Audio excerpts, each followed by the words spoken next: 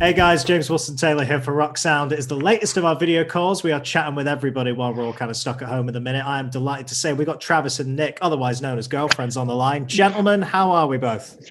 I'm excellent, man. I'm not as good as Nick because I'm at home while he's on the course getting warmed up. I mean, it might be a first for you, dude. This feels like not just a Rock Sound interview first, an interview first in general. We're going to have a full golf style music interview, and it's working for me. I like this. I'm trying to live my best life, guys, amidst these crazy times. You know, it's rare when I get outside, and when I do, I try and do it to my fullest ability. You're working life hard. Is so rough. Yeah, working hard, playing hard. It all works well. Yeah. It's all good. Nice to see you both, guys. I mean, we've kind of started these off in the same kind of way, which is say, I hope you both have been keeping safe and well. Same to all your loved ones in this madness we all find ourselves in. Just generally, how has this kind of extended time around your homes been treating you, really? Travis, why don't we start with you, man? How have you been occupying your time over these last few months or so? Yeah, man. I mean, look, as crazy as 2020 was for everyone, I feel like one thing that Nick and I do really well is kind of pivot and transition when, things either don't go our way or go our way, or, we pile too much stuff on. And that's kind of what happened at the beginning of the year. We started Girlfriends in December of 2019.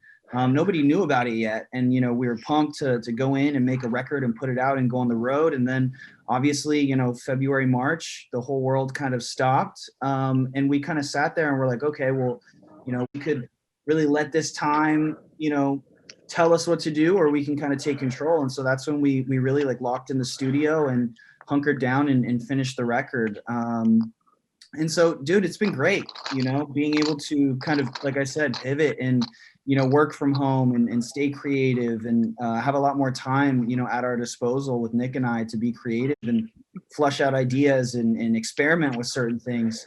I feel like we've definitely made the most of it. And, we kind of squeezed all we could out of 2020, which, look, people are going through, incredibly tough times. I mean, my family's been affected by COVID.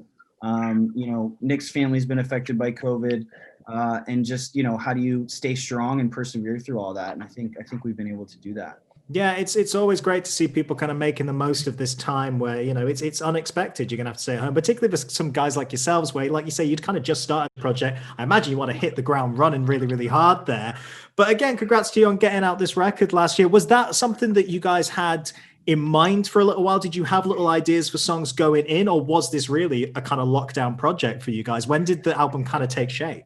No, that was one thing that we wanted to be like very specific about. Like, we did not start this band because we were stuck at home. Nick and I had been starting it. I think what it allowed us to do is really kind of lock in and finish a lot of the music before we would have, because I was about to go start filming my TV show that I host on MTV, and I was going to have to be flying all around the country for 2 months.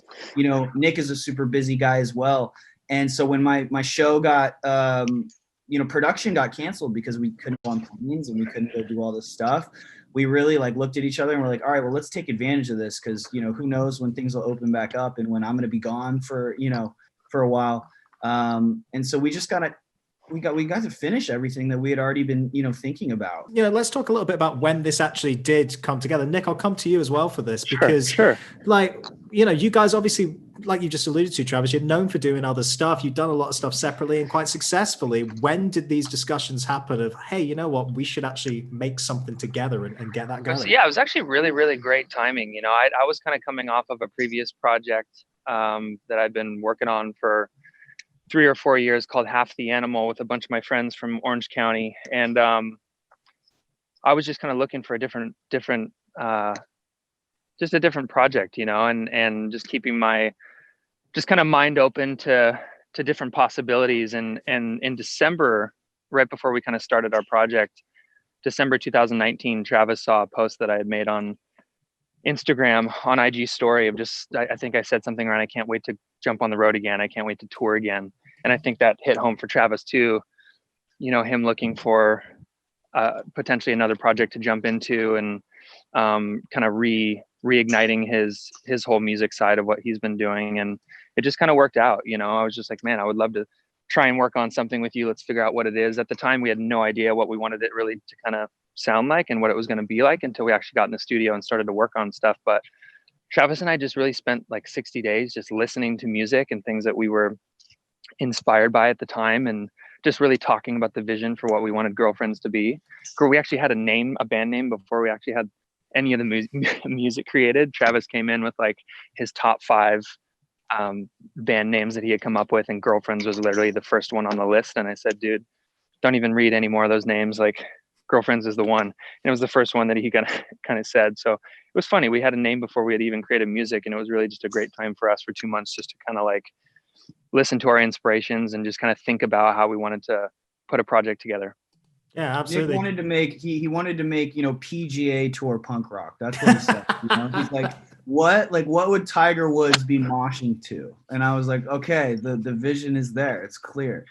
Bring me a bit of like classic Blink and throw in Rory McIlroy. Just throw him in there. Let's Caddy rock, Yeah, exactly. I was thinking more of like a John Daly project, Yeah, absolutely. It's all clicking now. That's what we that was the first ball that I topped, boys. I just put 10 balls 5 feet from the pin. There it is. Let's talk a little bit about who you guys were working with then, because it's so funny the amount of people I've spoken to recently where John Feldmann's name inevitably comes up. What was that relationship like with you guys in the studio and getting to work so directly with him?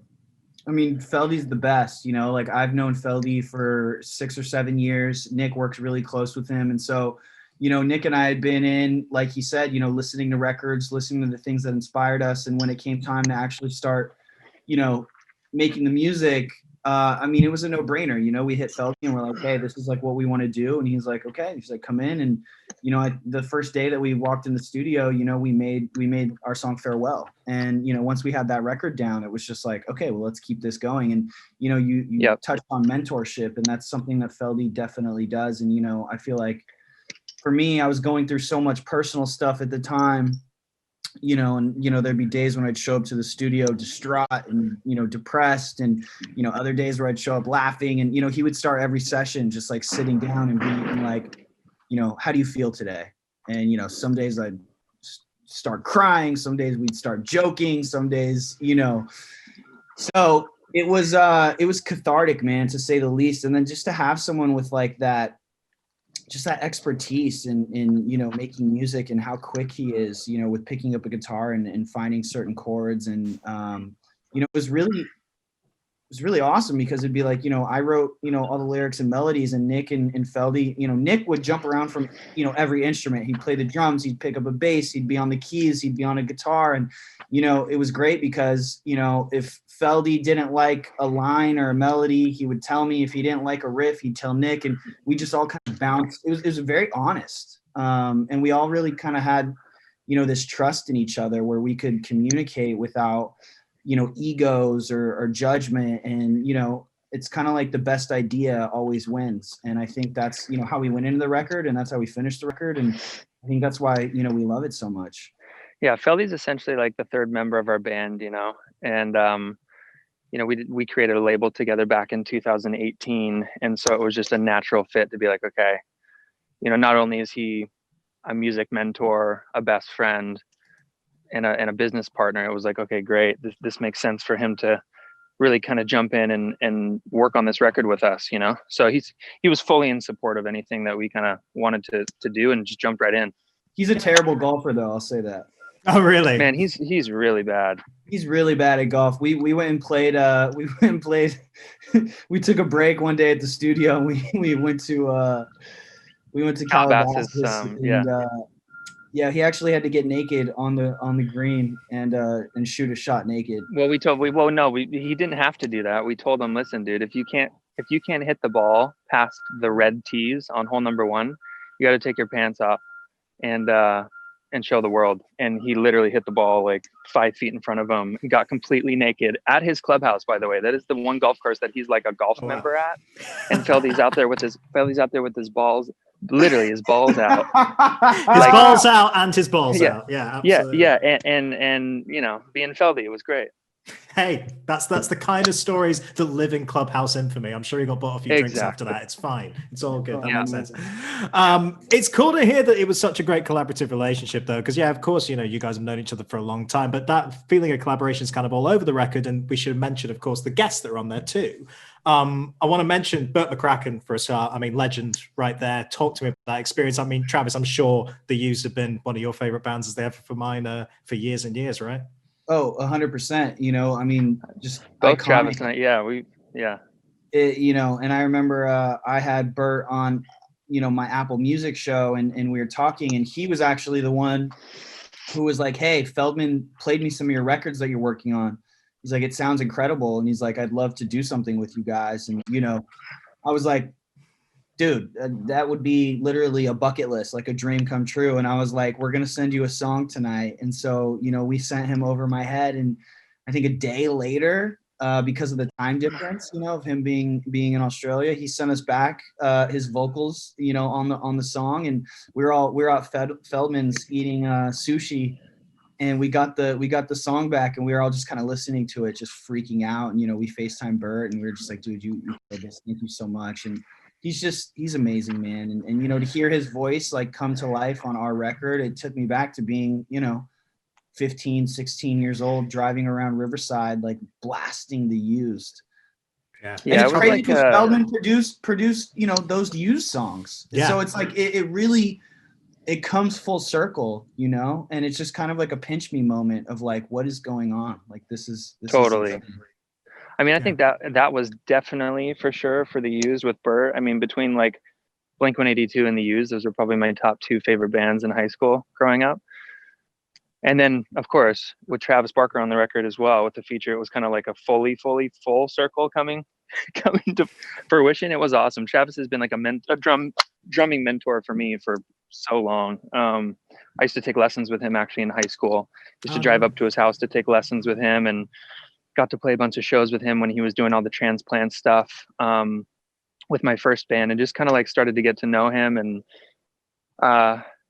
you know, I think Travis Barker is probably everyone's drum icon that they look up to, but for me it definitely was. And it was just great to see that we could, you know, he was excited about the Girlfriends project too. He was one of the first, I think he was the first feature on the album. He was the first one to come in and drum on a couple songs with us. So yeah, I mean, it's funny as well that, of course, he's on the feature on the track there. But, you know, you mentioned earlier about how when you guys were starting this, you're talking about all your favorite bands, you're listing off your influences, all that stuff. Blink's all over this record in the best possible way. But what I love, particularly on a track like California, actually, big kind of classic Blink influence, but you're doing what a lot of people are doing at the minute, which is really exciting, of just putting that slight little modern production twist on there, some of those kind of modern beats and all that kind of thing, but it's still embedded in that classic sound.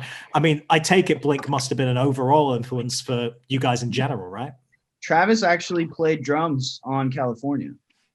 You know, I mean, you can hear it. For sure. Yeah, we just, you know, we wanted to actually have a feature, and California was our first song, you know, that we put out. So we didn't want to put, you know, a big featuring thing on there.